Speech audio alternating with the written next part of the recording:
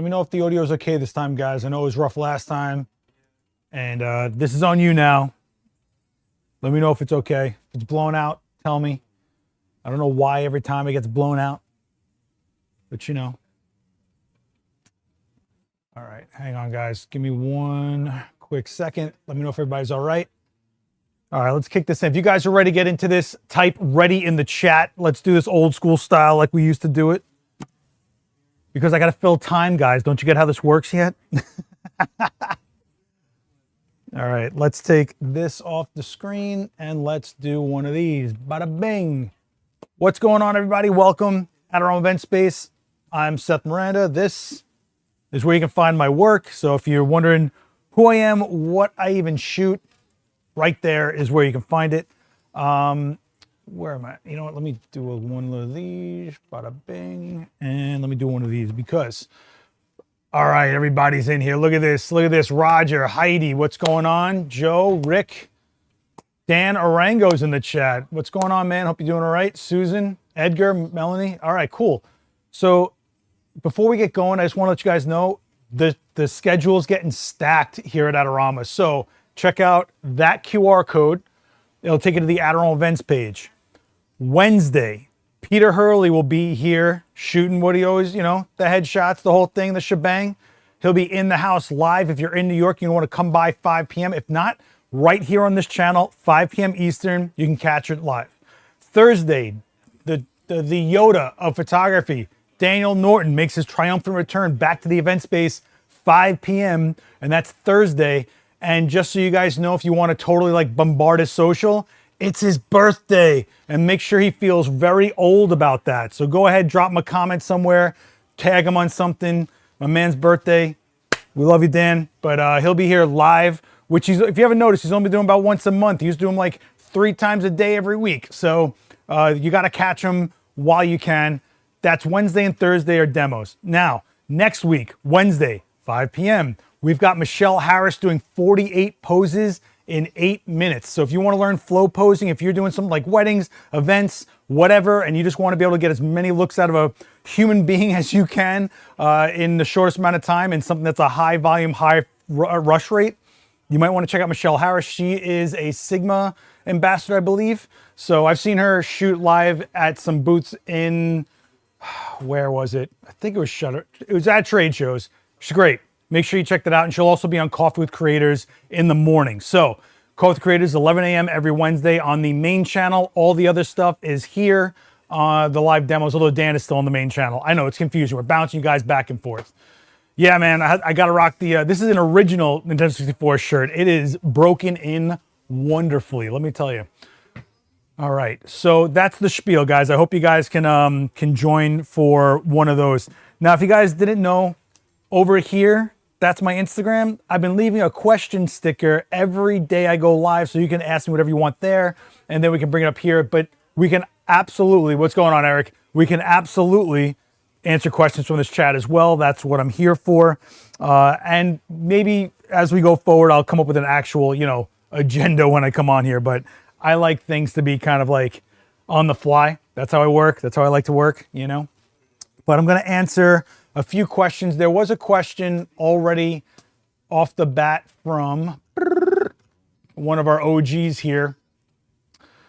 He's asking, why start with a specular source? So this is a 2-part question because they wrote in 2 things. So basically they're asking, what's the point of having silver in a softbox or an umbrella and then putting the diffuser in front of it as opposed to white? So what is the point, right? So when you guys are using a white softbox, here, I'll take this. So when you're using something with an interior that's white, when the light expels from the unit and hits the interior of your softbox, it's hitting and then it's breaking away and reflecting in scattered style. Like that is, this is actually technically, if you want to think of it that way, a form of diffusion where instead of hitting at an angle and leaving at a perfect angle, it has a chance to break and disperse and hit the diffusion at many angles. When you guys go to a silver box or a silver umbrella, what's normally happening is that it's hitting and then it's coming at more of a direct angle towards the diffusion. So what does that do?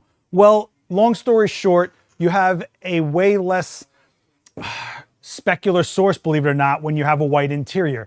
You get a little bit more of a punch out of the silver. What I mean by that is, so if I have a diffusion, do I have a diffusion somewhere? Here, we'll use this strip box. So if I have a diffusion and light hits this from scattering away from all the white, and it's just transcending across it, at angles and then through it, it's going to be a lot more of a less intense light than you would out of something with a silver interior, which will give you a little bit more of a punch, even though it's diffused. Some people will tell you that's very subtle, you might not notice it. Other people will tell you, I can totally tell the difference. One of those people being the great Joe McNally. If you look at Joe McNally's signature line, when he had the Lastolite boxes and all that, it was basically all the boxes he likes to use, but with a white interior to make it just that much more of a softer, less impactful, less specular look. So it does, in my opinion, it absolutely does make a difference. If I had to choose in a pinch, more often than not, it's tough, right? Because if I know I'm going to be shooting something with like a little bit of sheen to it, or, that will be specular, that has a gloss to it, you're going to have a lot easier of a time with the white interior than you will with the silver sometimes. I personally, I go with the silver because I like that snappy, crispy, contrasty look. The other reason I like the silver is because I can rip off the front diffusion and I can have that snappier look really quickly by just having a silver interior. This one doesn't let you remove the diffuser, but that's kind of the way I go about it. So, but if I was going into something where I wanted some super low chance of specularity, white interior, diffusion, you're good to go. Does that make sense to everybody? So you're just gonna get more of a snappier, a little bit more of a contrast here, a little more of a harder hitting, less diffused looking light when you have a silver interior as opposed to a white interior. Even though they're both hitting a diffuser, they're hitting the diffuser differently. White is scattering that light back to the diffuser at different angles, and silver is more directional and kind of going right through that diffuser a little bit. And then you could even argue that if you have a silver interior box or a silver interior umbrella and you're putting a sock in front of it, that you can do denser diffusions for that particular box if it's silver, because it's going to be hitting harder, and you could do 2-stop or an add a stop or add a half a stop. And some of you that have pro soft boxes, like I know a lot of the pro photo boxes now come with like half diffusion and extra, extra layers you can put on there. That's kind of why. So if you're doing something and you're like really want to fine tune and hone in, you can, So Roger Manning is asking, do you lose a stop of light with white interior versus silver? So that's subjective to the box itself and the diffusion you're using. In most cases, you're really not going to be sacrificing too much. I mean, maybe a half a stop, maybe, but I think there's a big difference between the diffusion densities rather than the box itself, the interior of the box itself. Does that make sense? I feel like this was a bit messy. I apologize about that. But, a lot of times, if you're just getting started or you haven't, really dialed in the look you're looking for or the style that you shoot, you're probably not going to notice the difference, I'll be honest with you. But some of us that are very sensitive to what type of light we're looking for, yeah. And in my opinion, it makes more of a difference the closer the modifier is to your subject. So I'm a guy that really pushes in my modifiers close a lot. I tend to notice it more than if it was farther back. So hope that helps. I don't know. Someone's going to write me in the comments like, you don't know what you're talking about. Blah, blah, blah. I'm going to go to the Instagram questions if you guys are okay with that. Again, if you guys are, new to this, right here is my IG. You can hit follow, and I post a question sticker the day of these streams. So you can drop a question there if you want to get in there ahead of time. Let's say you can't make it here live and you watch them on the replay. That's kind of where you can leave your question, okay? Let me take a look at the question sticker. The question sticker is asking, oh boy, we got a few of them. Okay, from the legendary Mark Mann. And I know he's asking me this because Mark Mann likes to drive me crazy. If you don't know Mark Mann, it's M-A-N-N.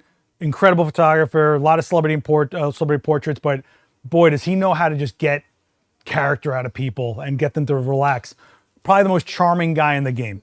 Mark Mann is asking, what are the key differences between ASA ISO, and DIN speed ratings. I know you're asking me this to bust my chops here, but let me break this down. So what he's talking about is your sensor sensitivity or the speed of your film, right? And if you looked at a box of film, it would say ASA/ISO and say like 400 or something.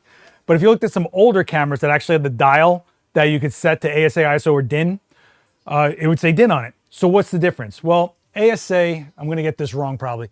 ASA is American Standard Association, I think. And ISO is International Standard Organization. Yeah. Yes. These two are totally, I want to say like transferable. Like you can actually argue that an ISO speed could be a certain ASA speed.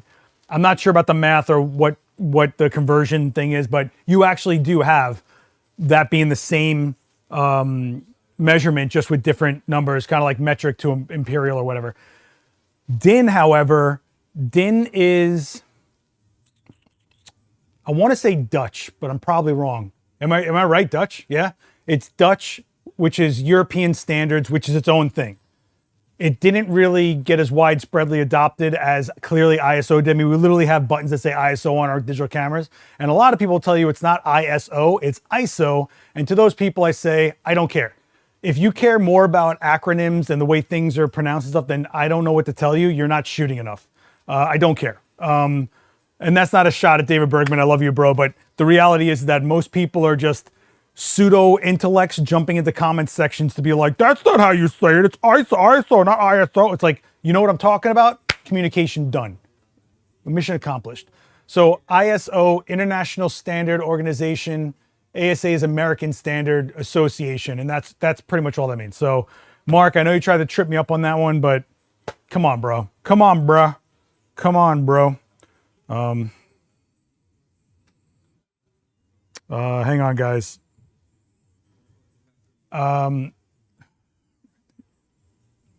Right.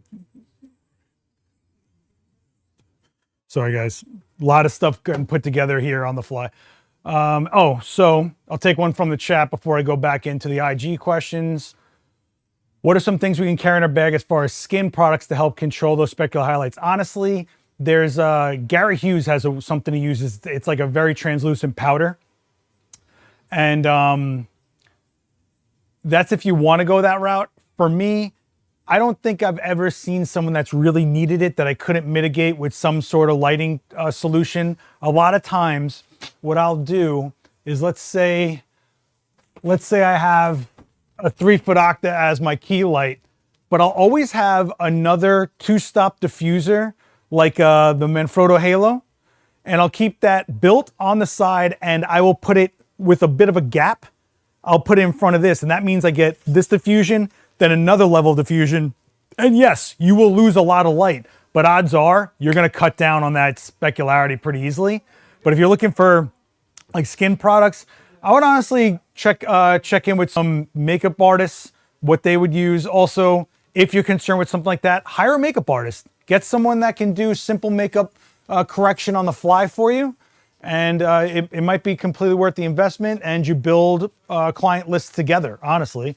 But Gary, if you can check out Gary Hughes, he definitely has something on his channel about something with the makeup that he carries with him. It's just like a very translucent powder.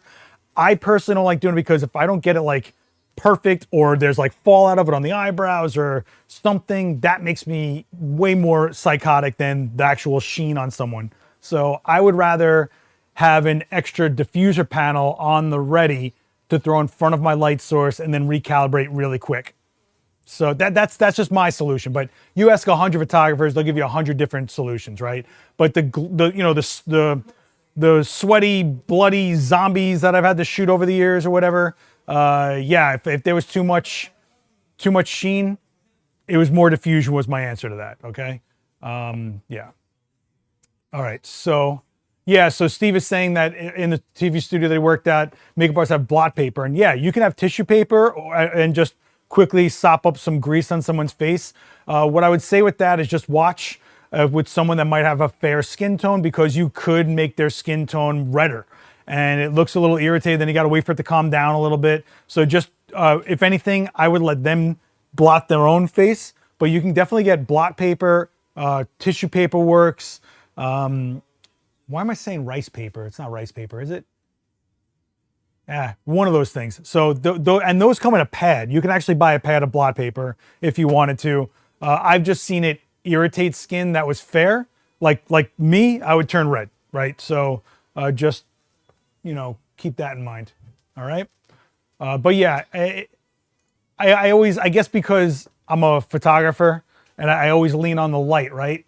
Instead of other things. And then that would be my last resort. Like, in fact, even when I'm working with a makeup artist, I'll probably look at it and be like, this isn't working out. But before I have them step in and change my subject, I can change my light. And something as simple as throwing in another diffuser or even a larger panel, so something that's even bigger to make it even a larger light source. So instead of a 3-foot octa, I'll put, you know, maybe I'll put a bigger panel in front of them, like a 4-foot, and get it a little bit bigger and more diffused, you know? Yeah, so Vagar's saying that DIN is a German Institute for Standardization. Okay, I thought it was Dutch. Maybe my mistake. Sorry, guys. But hey, I think that's pretty good for on the fly. Thanks, Mark, man, for trying to trip me up.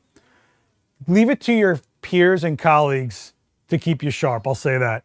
I am trying to get Mark in here to do a demo, so stay tuned to this channel. Go and hit subscribe. When I get Mark in here, woo, girl, my man can demo.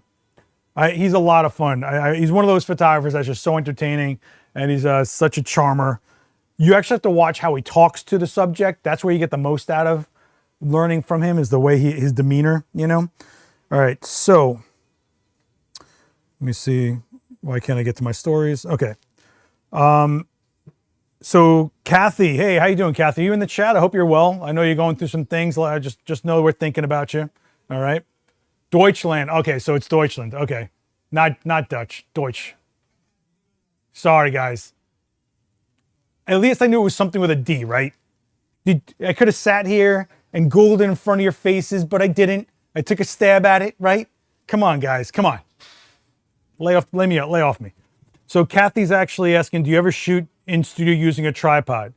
So you might notice that I very rarely use a tripod because my style is so erratic. However, if I'm shooting something that's got to stay stable, like tabletop, macro, product photography, which is tabletop, something that I want to reset, or if I'm shooting something that's dynamic, like it's going to move, I don't want to be another movement that's another variable. So like, for example, when I used to shoot those pole dancers that you might have seen on my Instagram, or dancers in general, tripod will keep one variable off the mat, which is your movement, get your frame.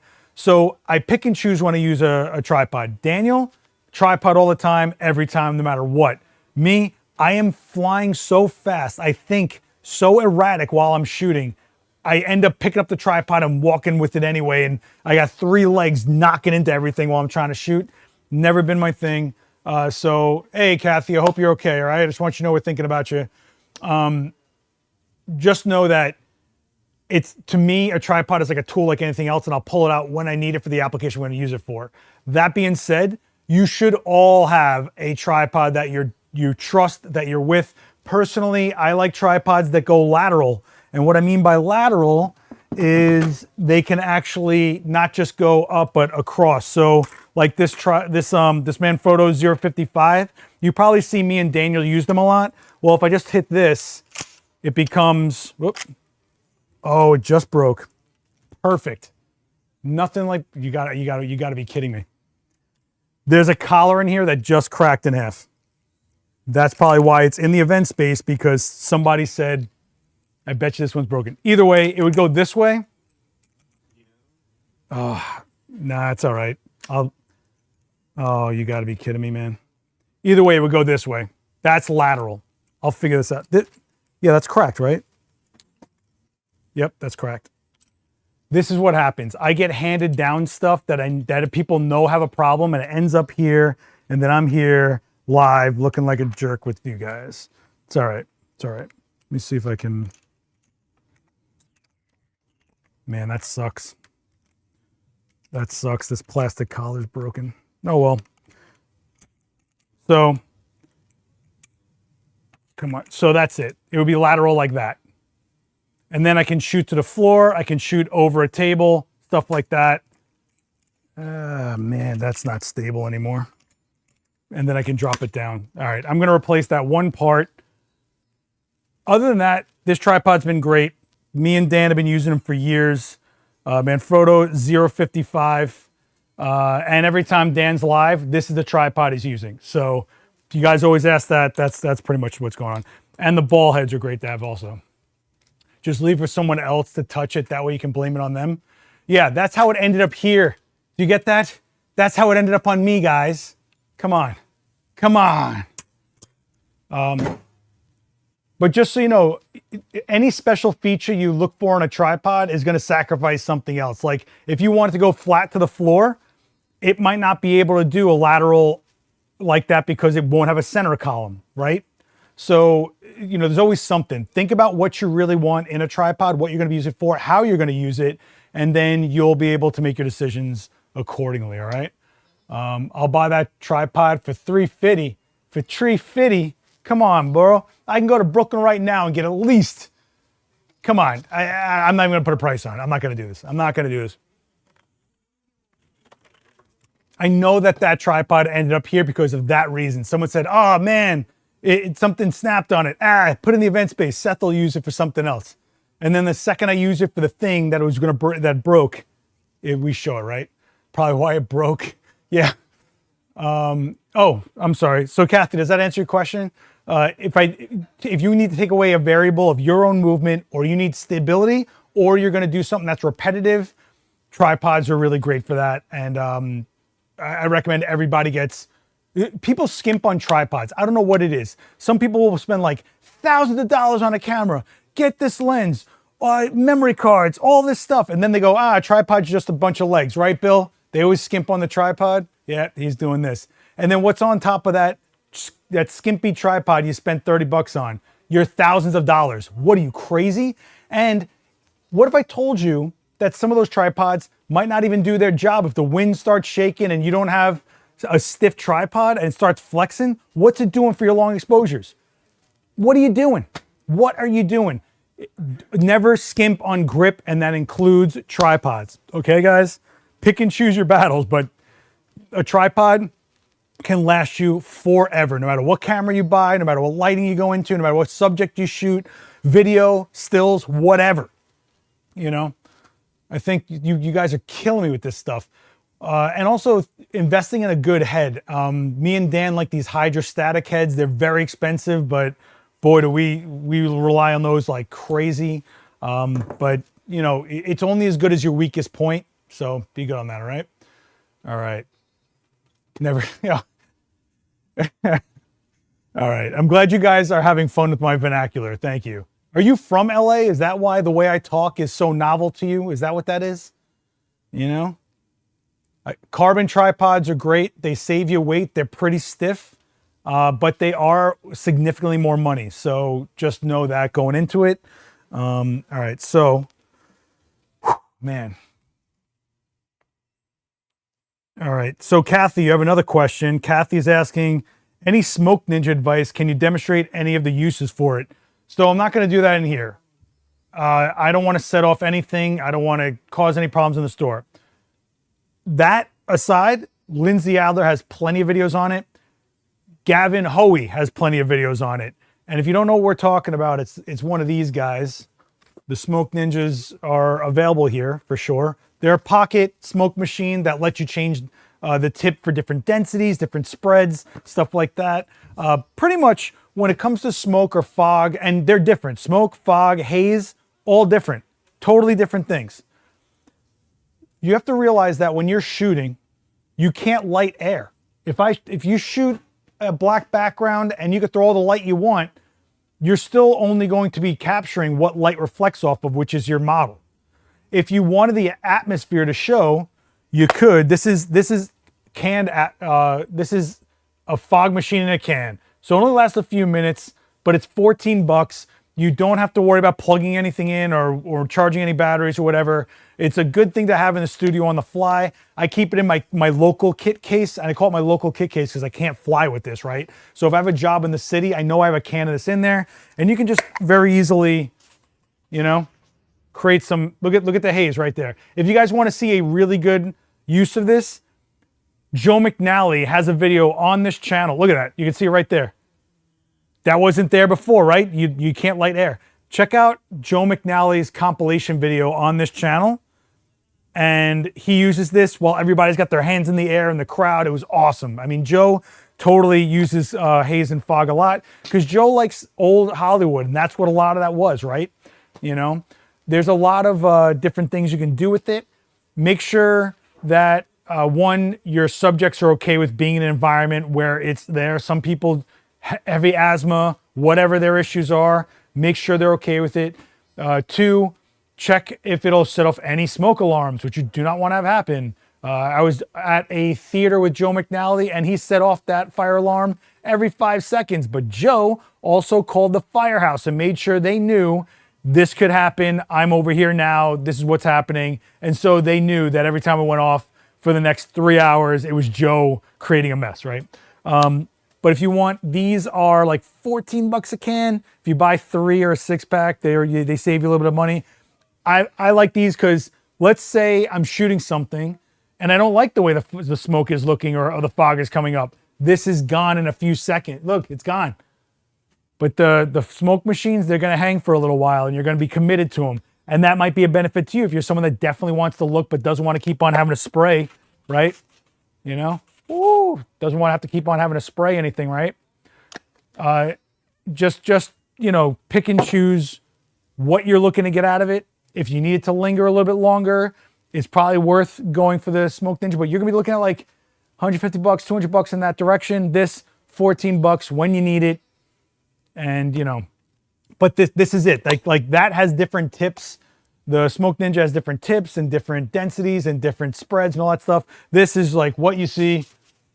That's what you get. This is what you get out of it, right? That's what you got. One look, but if I don't like it, it'll go away in a few minutes, you know? I like the look of it. I just wasn't sure if the Smoke Ninja was worth the spend. So that's your question, right? So how many, if you're using these cans and you're going through a lot of them, might be time to invest in some kind of smoke. What I will say about the Smoke Ninjas is nice is they're small and they're pocketable, you know? And when it comes to that, instead of having like a full-on smoke machine, which I actually do have a smoke machine here somewhere, you know, they're like this big and you got to plug them in and they've got to warm up and all this stuff. And then you got to fill the tank. And then what if I don't use all the stuff? And then the tank's going to leak because I can leave it hanging around because I'm not going to use it again. Like the whole thing, right? The whole thing. So it's a couple of choices you have out there. What I would recommend before you commit to anything, just get a can of this, see how you use it, see the way you're going to use it. And this is a fraction of the cost of a Smoke Ninja. Then when you figure out the way you're going to shoot, you can invest into something more like that. You know, it's one of those things that I would hate for you guys to buy into something and use it like 3 times and go, it's not really for me. You know, I think a lot of things become like, I don't want to say trendy, but people just get psyched on them for like a little bit and then they stay on the shelf forever. I'd hate for that to happen to you guys. All that said, if you end up doing more and more work where you're evolving the look with smoke and fog, yes, this is by far going to save you a lot of money in the long run than buying $14 cans over and over again. But just keep that in mind, okay? These are extremely useful. These have probably been a huge benefit to people that didn't want to go into a full-on smoke or fog machine or a haze machine, something like that. I'm a big fan of haze machines, but I'll probably rent those because they're huge. And a haze, you don't even realize is there till you realize there's a haze there. And a lot of times with a haze, you can kind of fudge it a little bit with something like a filter on the lens, you know, and get away with sort of a similar look. But that's a whole nother discussion. Does that help you out, Kathy? So if you've never shot with smoke, I'm saying try a can first. If you've shot with smoke and you still think you want like an actual machine, the Smoke Ninja stuff definitely it's a cool investment, I'd say. So Melanie is asking, does smoke or fog increase the chance of flare from backlights? Absolutely. And well, actually, hold on. What you're going to get from, let's see, can I do this? Let me see if I can point this up at that light right there. So we're looking at that light right there, and you'll see that it just gives you like a bloom, right? You see how that light just became bigger? It's like a bloom because it's hitting that smog and it's diffracting. So it's just like headlights on a foggy day, right? A flare would be more about the elements in the lens and do you get the elements to reflect? We talked about this last time, I think, because we lit from the back last time. If you missed that stream, it's on here, episode 11. But it's already dissipating, right? So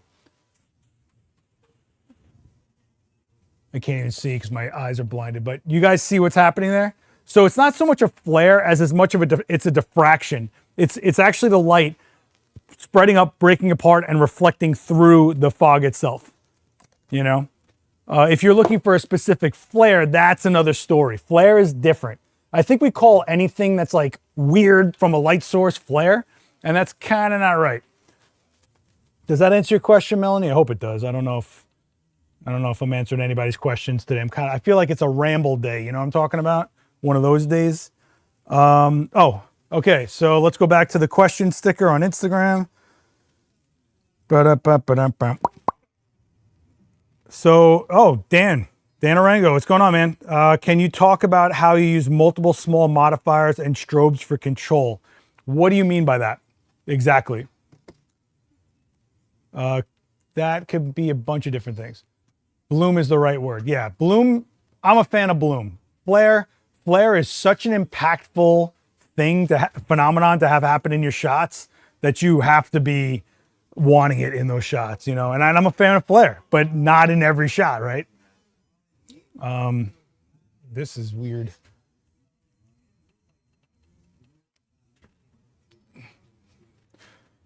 So Dave is saying if you're shooting in a commercial building, you can ask the building engineers to disarm smoke heads. They usually want 24-hour heads up. You can take any course of action you want for smoke alarm management. But the reality is that you have to take some sort of management, meaning responsibility, which is what a lot of people don't do. A lot of people are quick to do, this would be such a cool shot, let's just go do it. And then you guys don't think about what it is to be a professional. Everybody says they're pro till it's time to be an actual pro. Case in point, my video where I yell at everybody for setting people on fire for photos, right? Do you have EMTs on standby? Do you have fire personnel on standby? Do you even have a fire extinguisher by? Are you outdoors? Are you making sure everything's safe? No, like if you're going to do something that could cause a chain reaction to something else, you need to take everything into consideration, okay? Don't forget that if you're fogging things out like crazy, your subject, your model, your client might end up being blind to the surroundings. So are all the tripping hazards out of the way? Are there no cables around? Are they near a light stand they can trip over? Is there something that they might hit and not realize they're gonna hit it? These are all concerns. But the reality is that you guys can't just go running into, hey, I think this is a cool idea, without taking everything into consideration for the responsibility of whatever you're trying to pull off.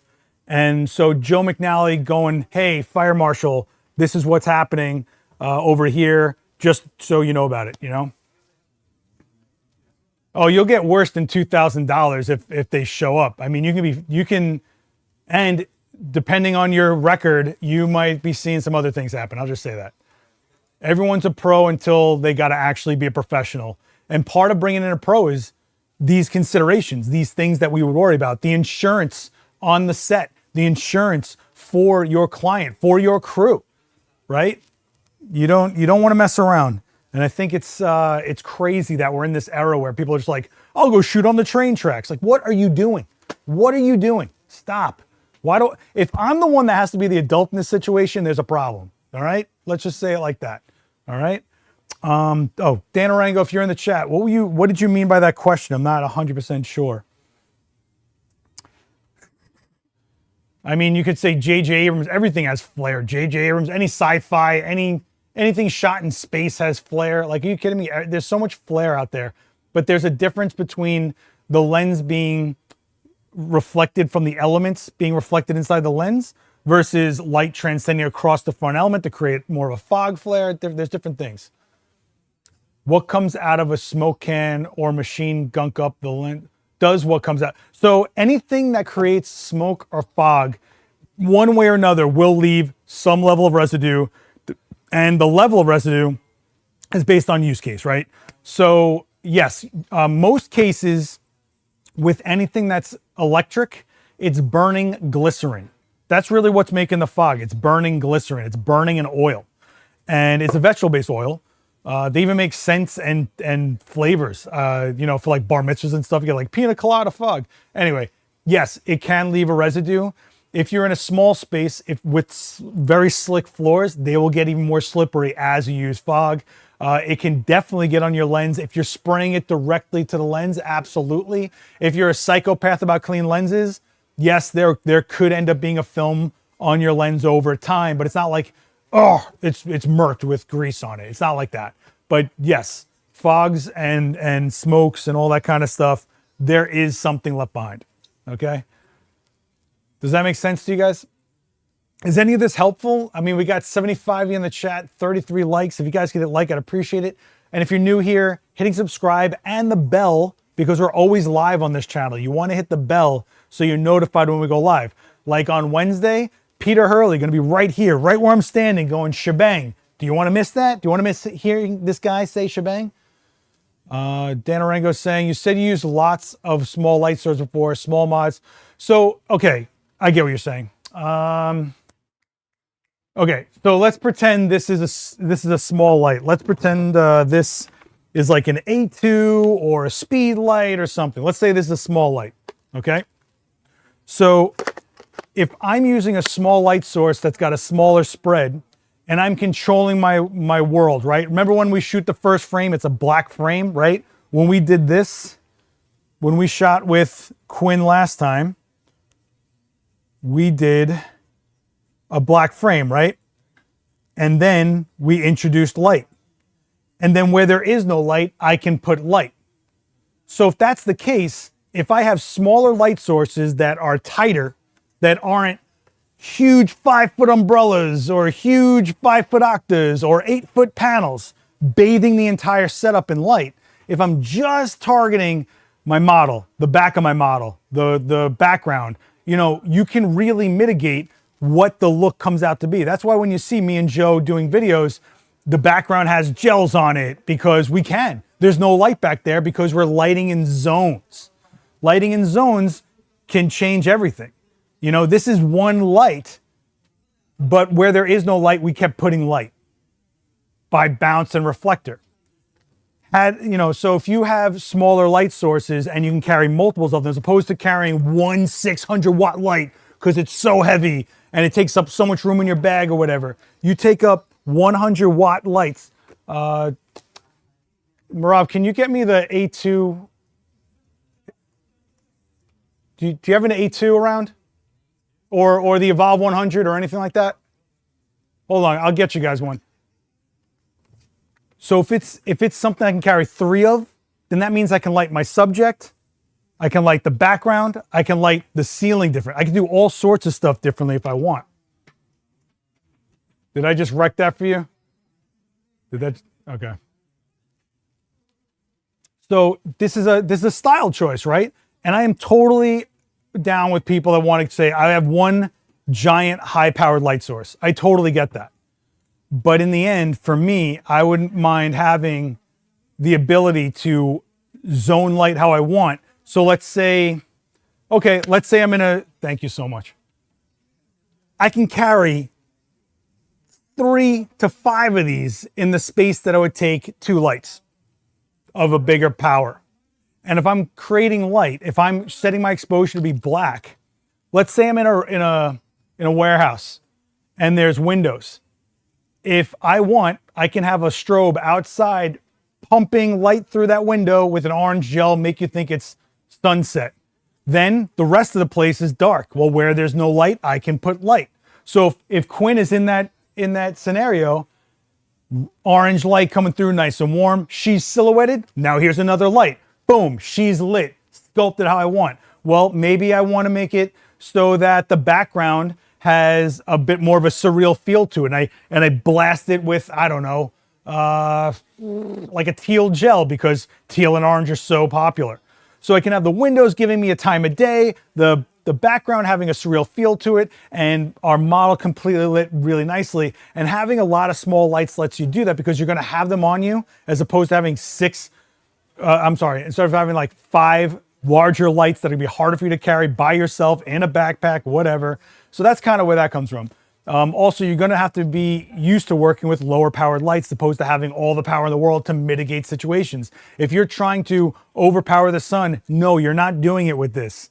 No, this is not enough power. I get it. Because overpowering the sun does not mean filling in a shadow. What do I mean about that? There was a lot of lights out there that claimed they can overpower the sun. And then what they showed you was a sky that was perfect, a background that was lit by that sun, and then the person is a silhouette, and they'd put the light in there and be like, oh, it overpowers the sun. No, overpowering the sun means that we start here. That's overpowering the sun. Then we put in our lights. If I can get my exposure in my camera to cancel out all the light, shooting at f/16 or whatever I got to do to cancel out that sunlight, and then bring in a powerful enough light to make that exposure not be black, that's overpowering the sun. Okay? So that's, without me naming names or talking trash, that's the difference on that. But, you know, something like smaller light sources isn't for everyone. I totally get it. And massaging them all the time might not be the most fun in the world. But for me, I can have like 5 of these on me, or this is a 500 watt second light. The B10 is this big. So now I carry 2 of these and 3 of these. So I've got all my extra power if I need it. And then I got my little guys that I put into my scene as well. So when I say you have more control, think of you're creating the control. You're taking the ambient exposure away, and then you're putting in the lights that you want, where you want, how you want. That's total control. You're not dealing with the light in the space. If you are, you're mixing your strobes with the ambient light. If you say, hey, I'm in this space and I kind of like the vibe of it, and let's say it's like really gross light, I'm talking fluorescent, industrial vapor, green with a little bit of like warm tone to it. I like that look, but I know a lot of people think it's disgusting. Great. Well, I get Quinn in there, I keep that ambient light, but I light her separately. Now it's not so much about control. It's about using the light in the space to keep the ambiance and the atmosphere of that, and then cleaning her up how I need. Does that make sense? So I bought the Think Tank Security V3 after seeing your setup. I'm running Flashpoint 300s and 100s. I'm still trying to find a solution for small soft boxes like the 1x3s you use. Any recommendations? Well, the problem with... okay. First of all, the Think Tank Security V3, awesome bag. I love that bag. If you're looking for strip lights, strip boxes that go on the 100s and the 300s, what you're probably going to be looking at is, Joe, what's it called? An S2 bracket? You're going to be looking at an S2 bracket, and then whatever 1x3 you want to go on that bracket, because it's just a, we don't got one, do we? Do we have a S2 bracket? Do we have one? I'm just yelling in the store for you guys. This is turning into short order cooks right now. I'm driving these kids crazy. You could throw it at me, it's fine. It's made of plastic, right? So see this? This, if you wanted to, you could fit, oh, I gotta take this out. Take out this. This basically is just a clamp that you put your light into, and it makes anything into Bowen's mount. So because you're using lights that don't match the 300s and the 100s, just make them all match with Bowen's, right? So put your light in there, clamp it down, and then boom, any 1x3 you want, that will be a Bowen's mount. The Paris snaps, I think, are the, I don't want to say better, they're just, I like those more, the Paris snaps, than some other boxes if you're in the Glow system. But if you're more budget conscious, there's the Easy Lock, which you could totally get 1x3s for. But check out the Paris snaps. If you have a little bit more of a budget to spend on that, I would recommend those for various reasons, but make sure you get S2 brackets, okay? And then this bracket will fit your 300, your 100, your 200. It'll just work. And then let's say you graduate to a 400, it'll just fit natively because that has Bowens mount. So everything stays the same. You just have to put on a little bit of zhuzh here, you know? Man, it is getting hot in here. Everybody all right? Everybody all right?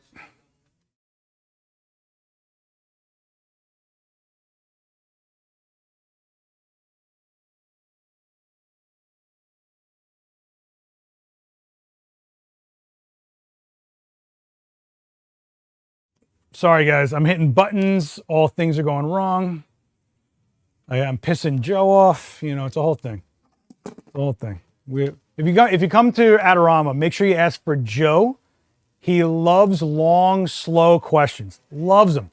Loves them. Just make sure you speak very, very slow. He likes to hear every syllable, you know? You shaking your head no, Joe?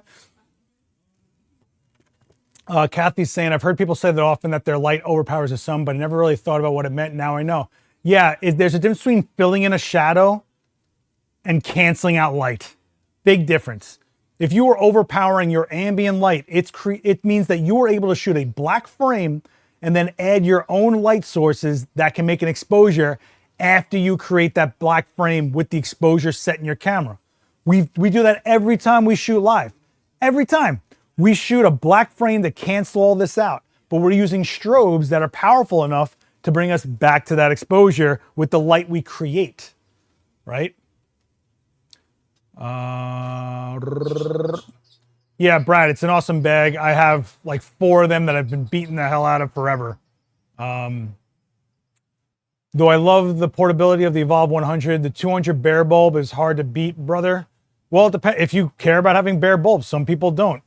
You know, it's a matter of what you're looking for out of your light. And, you know, I think that some people just want like a one and done solution kind of a thing. And that's what happens, you know. Learning while mowing the lawn. That's pretty baller. I got to say, are you on a riding mower right now? Because that's pretty dope. Can I order you a sloppy Joe? Well, I'm actually creating a sloppy Joe right now. He's looking horrible right now. I'm looking at him.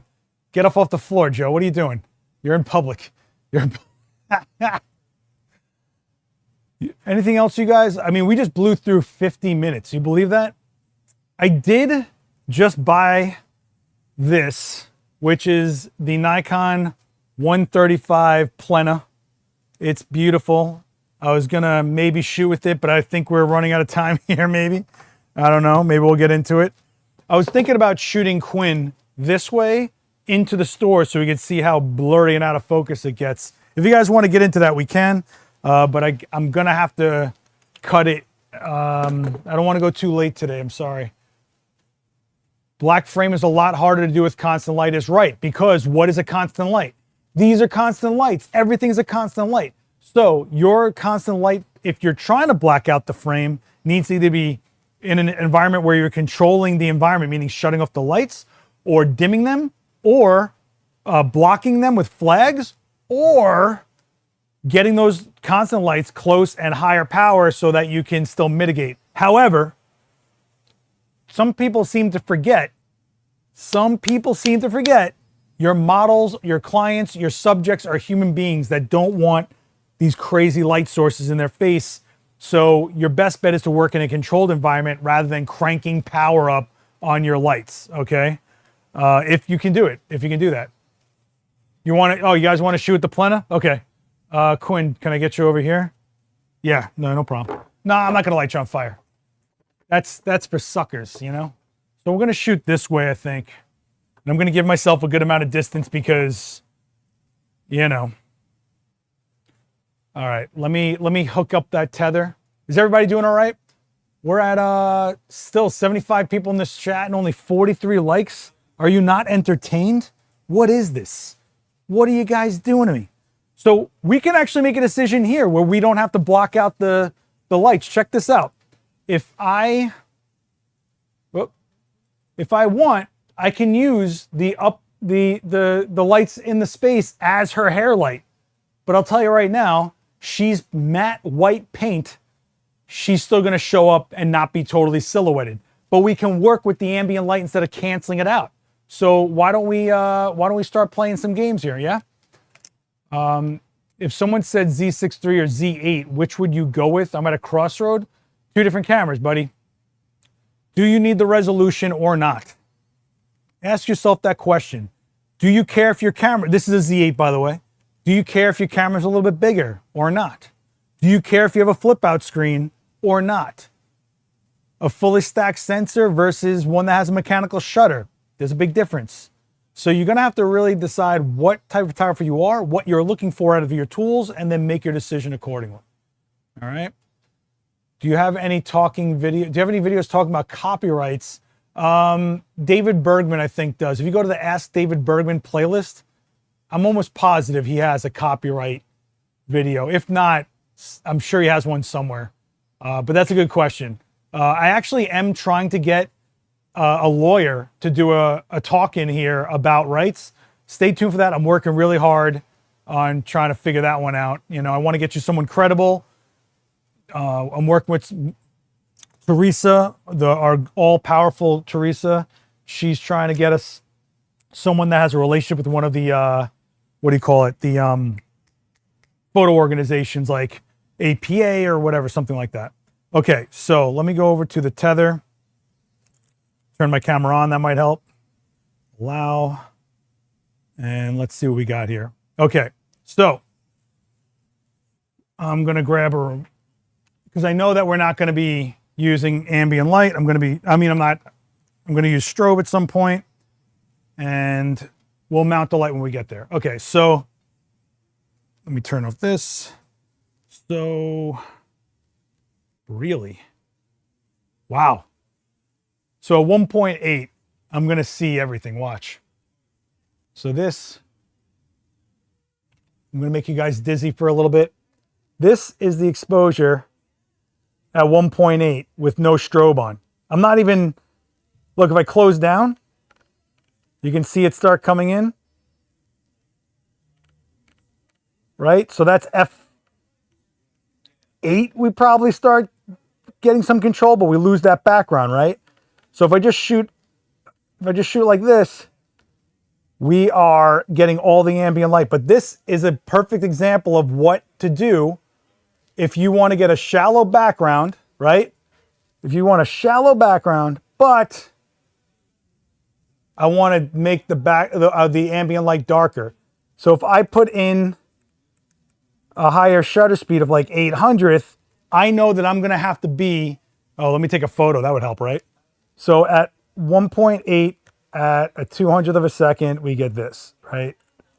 We get this shot, which is nice and pretty, right? Right? Nice and pretty, but you know, it's just whatever it is. First of all, beautiful, right? Jeez. Beautiful and sharp, son. Sheesh.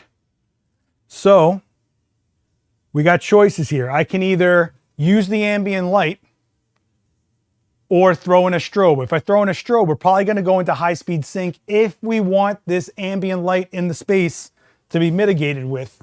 But I don't think we need to do that, honestly. I think I'm going to see if I can clean her up a little bit with a reflector. Let's see if I can do that.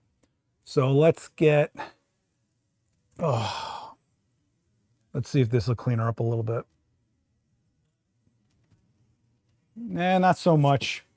I got the white light in there a little bit more, but not that much. It is I mean, she's beautiful. Yeah, look at that fall off on the cheek line, the jaw line, the corner of the jaw. That fall off looks great. I don't know. Can we shoot wrist or hand jewelry? Her shoulders are a little stiff. She's not the most flexible girl in the world, guys. Yeah, so long question. I tell you what, I'm gonna get into that long question after we shoot this shot. How's that? Is that fair?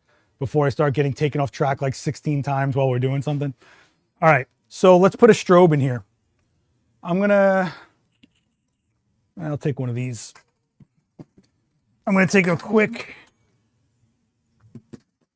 tell you what, How about we do something we don't normally do? How about no modifier?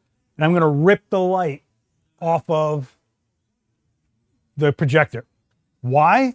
Because I'm lazy and I don't feel like putting I don't feel like putting on anything for you guys. No, let's just see. We know what we're going to get. If I use the projection screen as a bounce, we know we're going to get a large light source that's going to be flat and coming right at Quinn. So we're not going to get so much shape out of her.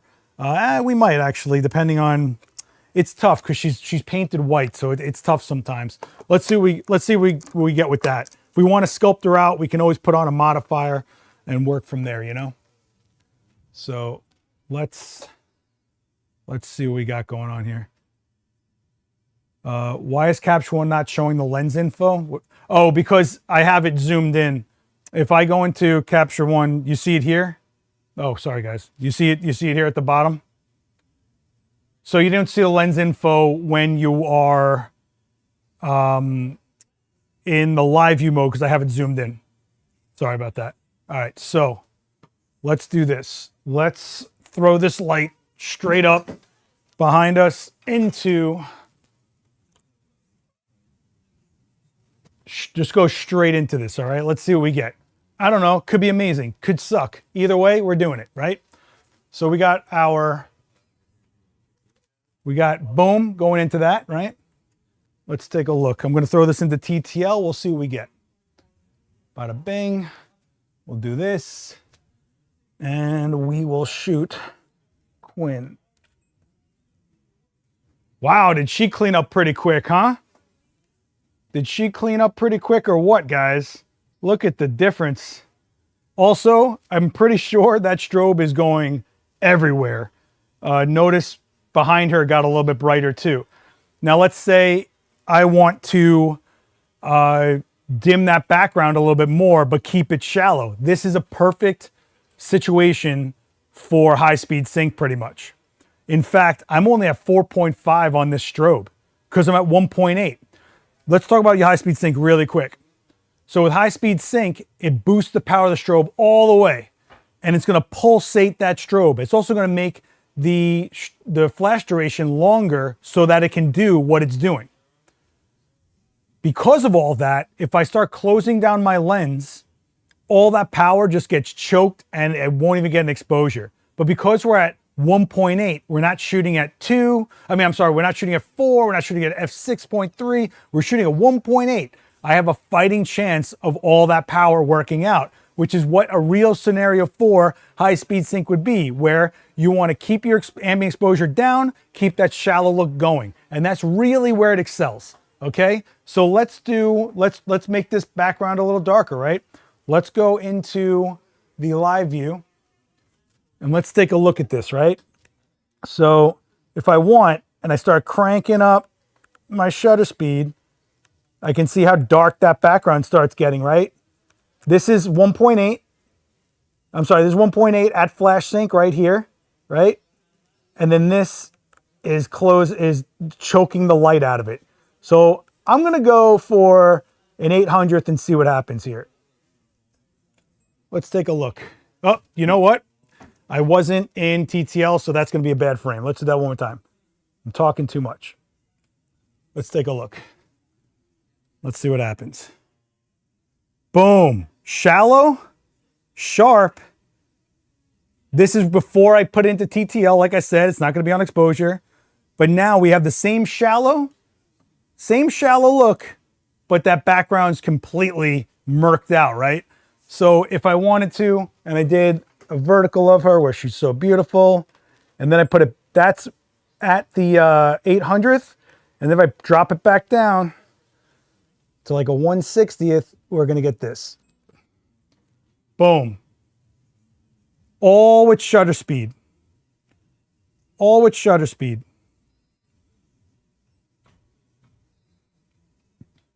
All with shutter speed, guys. So that's really where high-speed sync excels. Let me see if I can get a little more background in there.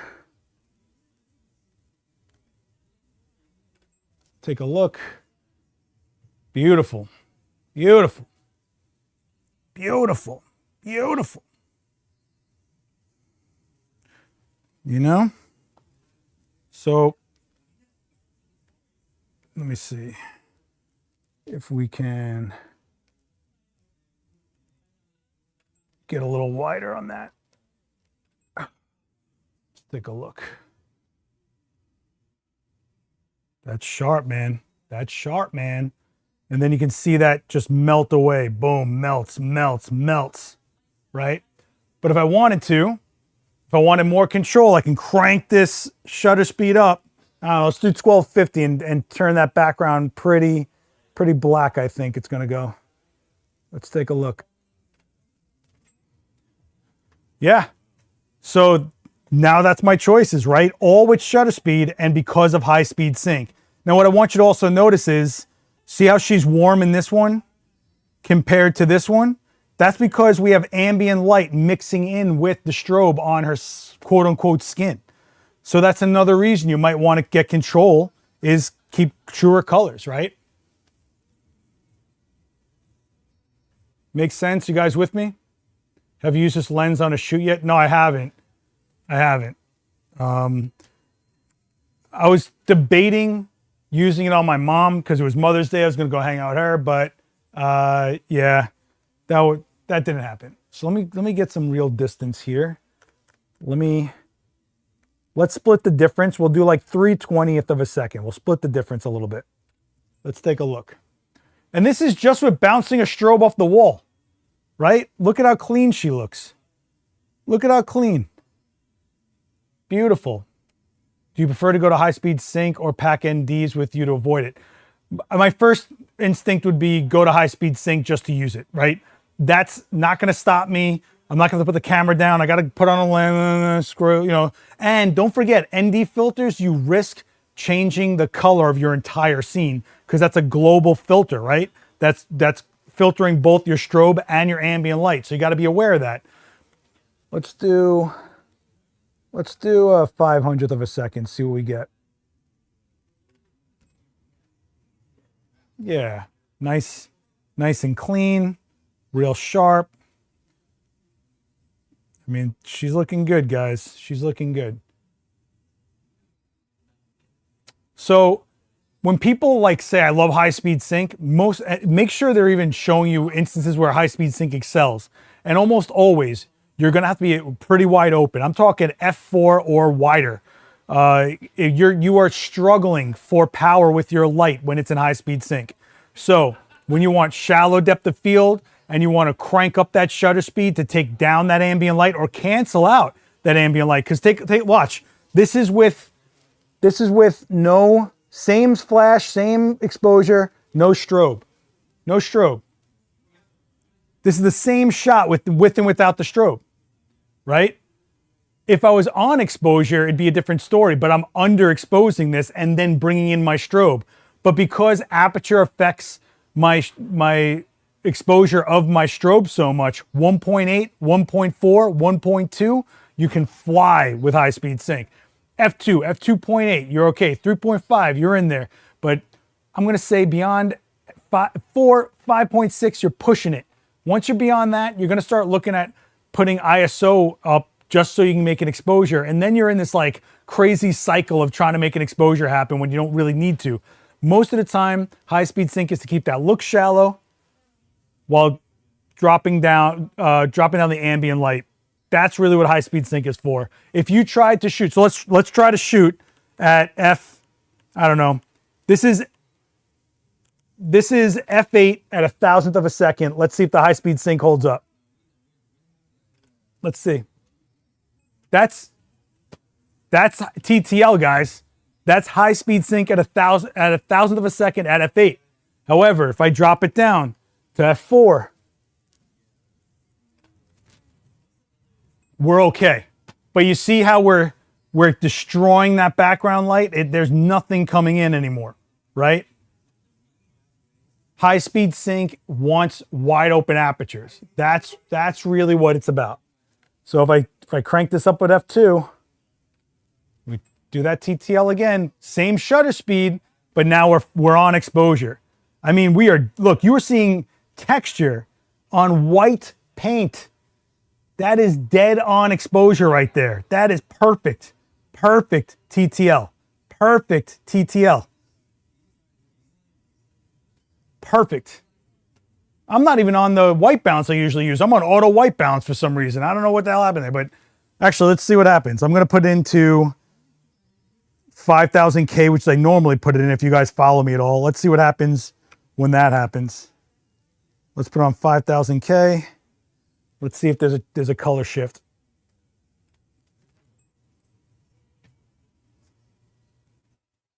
What? That's interesting. That is super blue. And I'm wondering if I'm getting super blue because I'm bouncing it off of a wall that's got blue paint and a projection screen. Could easily be the situation, right? So I'll put it back on auto white balance. What do you know? And it'll be fine. Back on auto white balance. Bada bing. Oh, I know why it's... Sorry. Okay, cool. Everybody good? Does that make sense? Quick high-speed sync chat. Quick rundown of what that's about. You guys are quiet. What is going on in there?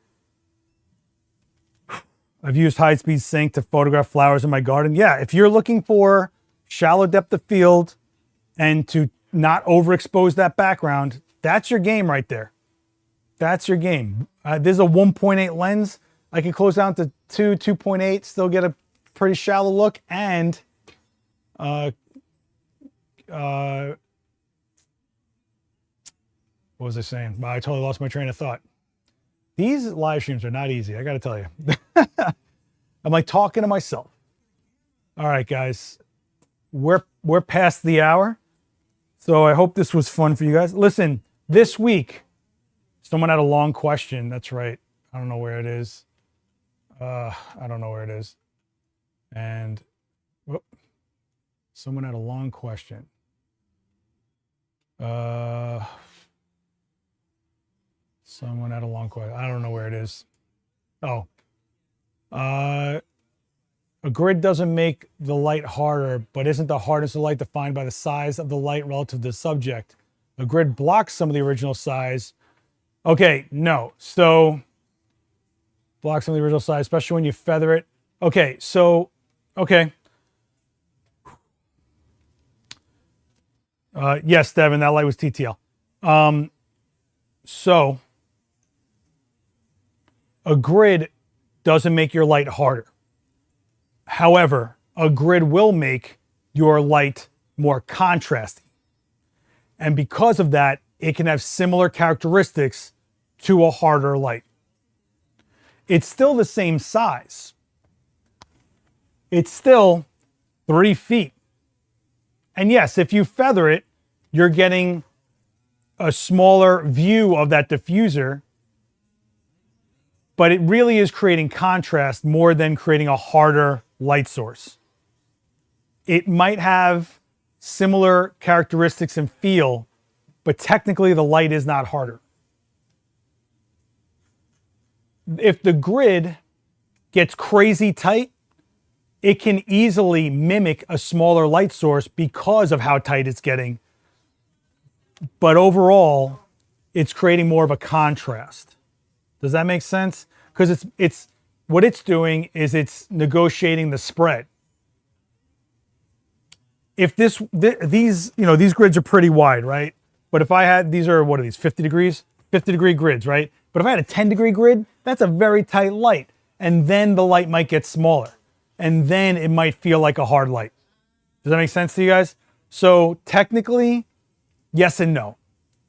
Fair? I hope that's fair. I feel like I gave you both answers there, but pretty much it depends on how small the grid starts getting. And honestly, it's still, it's creating a contrast to it, is really what's happening. And so then you might get more definitive shadows because of the contrast, which then makes you feel like it's a harder light. Does that make sense?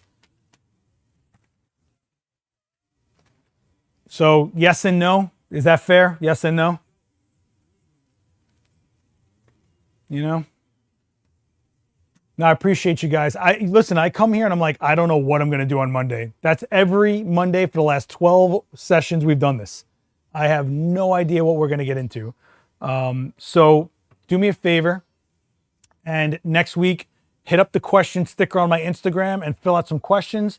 And don't forget this. Check out adorama.com/events because Wednesday, Peter Hurley. Thursday, Yoda. Daniel Norton makes his triumphant return. He will be coughing right here in this spot. Dan will be coughing like this. Trying to hit mute, but he never hits mute in time. So he'll just be coughing into his mic. Nah, I love you, Dan. Make sure you go to Dan's social and drop a comment. Wish him a happy birthday. He is officially 1,644 years old. It's amazing. I don't know how he's lasted so long, but he's done it. Make sure you say happy birthday to Daniel Norton. He'll be here Thursday. Next week, on Wednesday, Michelle Harris. She'll be doing 48 poses in 8 minutes, flow posing. If you're trying to get faster, more shots out of high volume, stuff like weddings, carpets, stuff like that, you might want to check out Michelle Harris on Wednesday. And she's going to be on Coffee Creators that week also. This week, I'm trying to get my buddy Steve in here for Coffee Creators on Wednesday. Working on it, all right? And then we have a special guest on the 28th. Are you ready for this? I don't think you're ready for this. Ryan Airy is going to be here from Screen Crush. I am a personal fan of Screen Crush. If you are not watching Screen Crush after you watch your favorite shows out there, you're missing out. I mean, if you're watching The Last of Us, any of the Marvel stuff, all of it, just anything Star Wars, if you're watching any of that, Screen Crush on YouTube is awesome. And I got the main host coming here on the 28th, I believe. That's a Wednesday, right? He's going to be on Coffee Creators. Super psyched on that, okay? Listen, I want to thank you guys for hanging out with me every Monday. I really appreciate this. I need this channel to grow, however. So share it with a friend. Make sure you're here dropping comments after the fact. If you're watching this on playback, don't forget to hit like on these videos. Don't forget to hit the bell. If you're subscribed and you don't have the bell, you're not going to know when we go live. And that's what this whole channel is, live, okay? If you want to watch more stuff using CanFog, check out Joe McNally's compilation video on this channel. And I think Lindsay used it too. I don't know.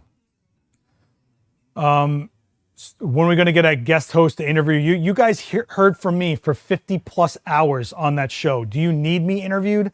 I don't think so. However, me and Daniel actually do have an interview coming out on Professional Photographers of America's YouTube channel probably next month. So you might want to stay tuned for that. Other than that, guys, if there's anything I can help you with, let me know in those comments. I'll try to figure out some kind of hodgepodge demo of it for you.